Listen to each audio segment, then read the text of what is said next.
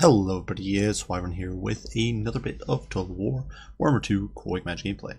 This time we are on Galbaraz playing as the High Elves against the forces of the Vampire Counts. And in this match, I really wanted to take advantage of a strategy that I've had used against me, and that was a really wide High Elf build with mass shooting. It's actually cool. I had it used against me in one of the games I did. I think it was in Gabo King's Journey all the way last, like 3 or 4 months ago. But it wrecked me pretty bad.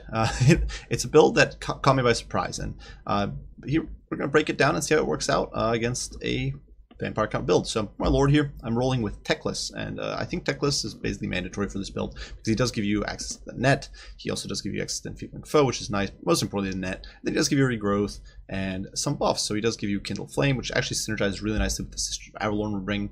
And the regrowth synergizes nicely with the Nobles, who are sort of a roaming anti-large goon squad. For our front line, it's simply 4 spearmen. Nothing fancy. These guys are just there to hold as long as they can. And against undead, they tend to hold really well because most undead troops have pitiful melee stats. Even Graveguard. Like, Graveguard's good at grinding out in the long run, but if a single unit of Graveguard's caught up against a single unit of Spears, it doesn't matter that the Graveguard's going to win in the long run. It's just going to take them so long that by then your archers will have done a lot of work.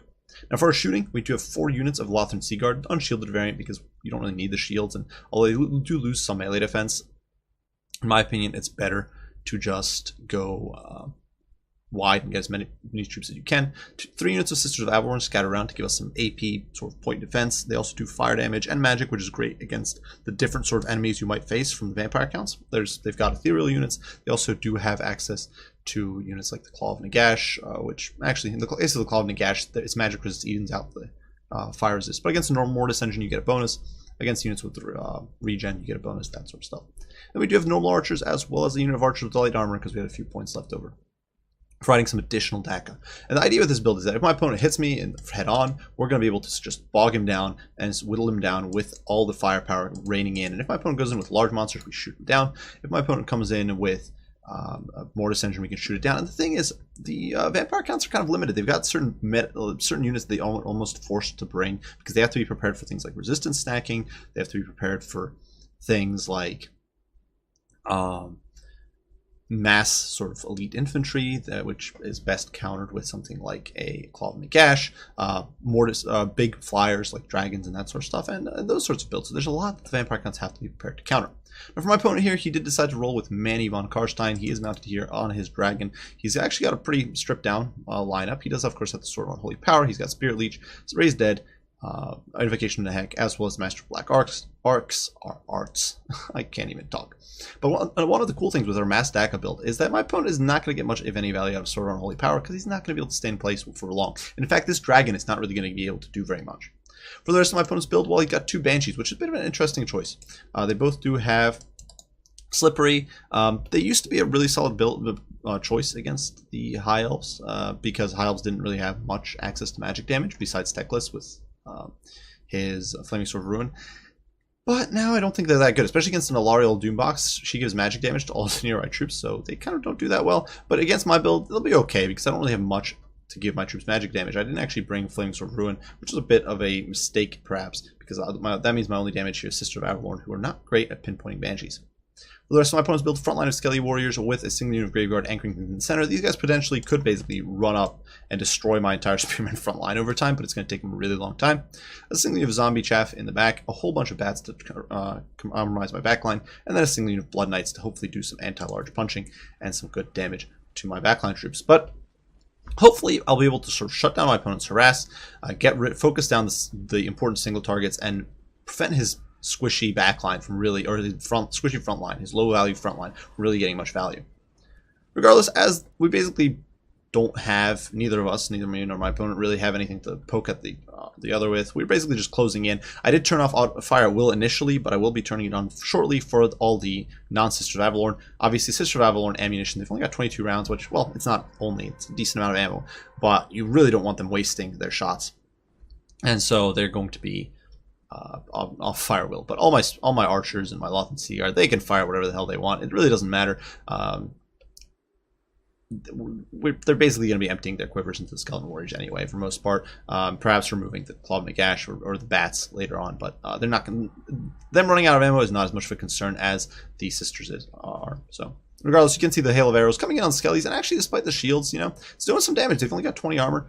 Not much. The shields are only like 35%, so all that archery fire will do some work.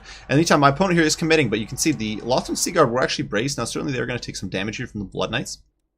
But, you know, they're braced, so they're going to be able to soak up this charge. And in the meantime, Teclis and Gang are going to be able to swing around and go destroy these Blood Knights.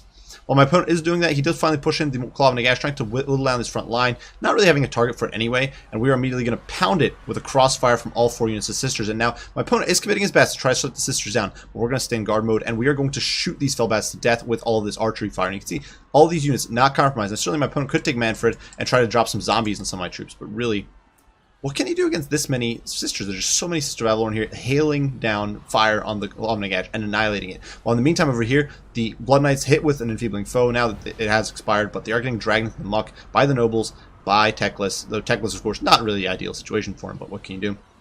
Over here, Skeleton Warriors are being summoned, but the Sisters, they've got respectable melee stats. You can see that 38 and 50, they're going to be able to tank just okay. And the Bats, you know, some of them being wasted a little bit here, dropping down Larches with light armor when they really need to shut down these Sisters, but too little, too late.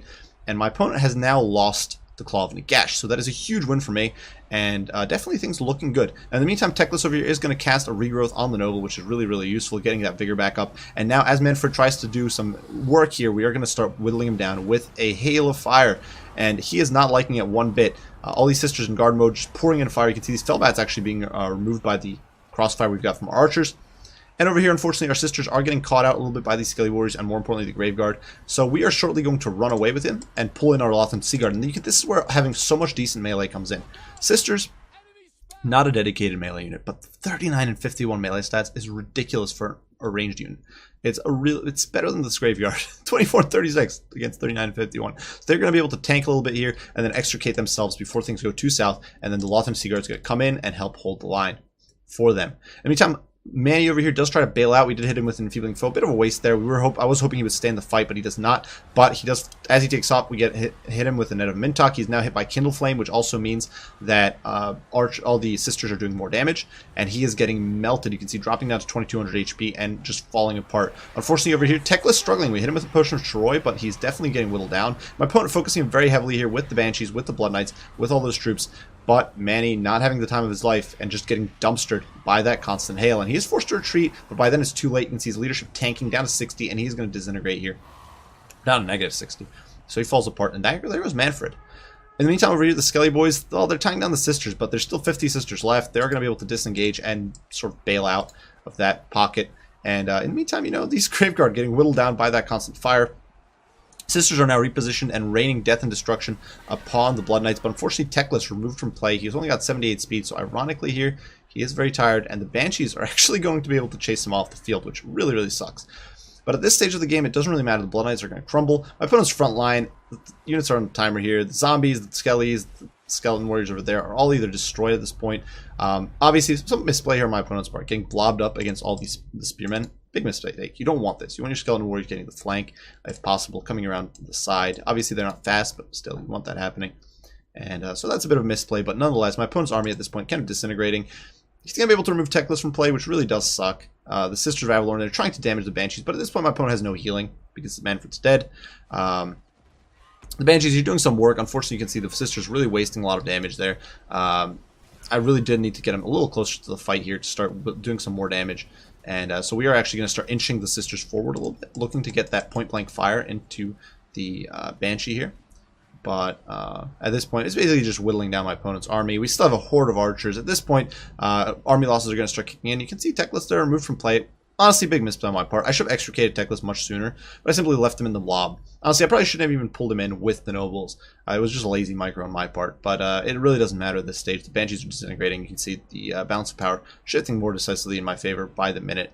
The Graveguard, obviously, not a bad choice, but against this much shooting, they can't hold up. The Sisters will just overwhelm them. And over here, you can see the Banshees getting pounded by that nasty arrow fire. All that magic damage is so brutal, just lancing into them. Sisters pretty precise shooters, honestly, at decent ranges. The Nobles there, it takes some friendly fire, but whatever. It doesn't really matter. That is going to be game.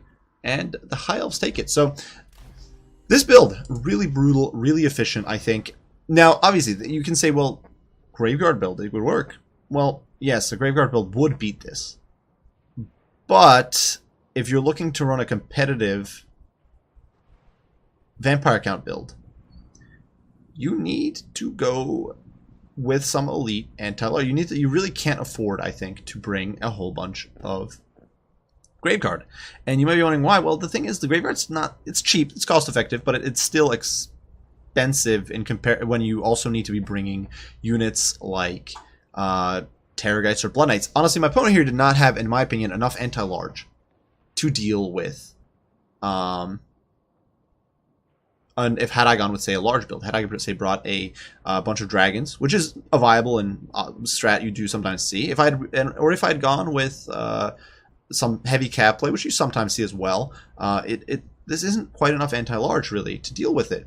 You want basically a Lord on a Flyer, or perhaps with 2 Terrorgeists, and then maybe some Bats, or a Lord with multiple units of Blood Knights. At that point, well, your front line needs to also be able to. At that point, you don't really have the tools to deal with, say, a Death Box. You're going to struggle to effectively deal with the Death Box.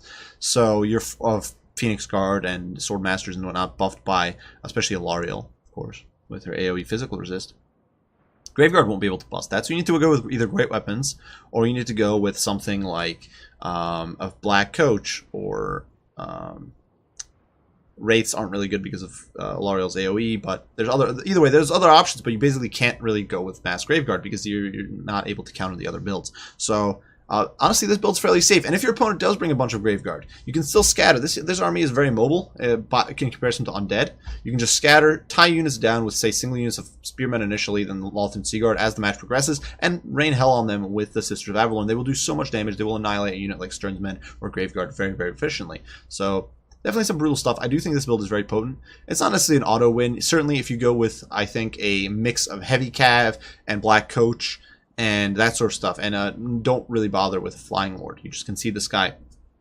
I think you can counter this build relatively effectively, but it is difficult. It is very micro-intensive for the Vampire Count player, and it's still not a guarantee because the High Elf player, of course, with so much width, with so much fire, of course facilitated by the huge range on High Elf shooting, it's tough. So regardless, well played to my opponent here. A whole bunch of numbers there. That's a bit of an odd naming choice, but what can you do?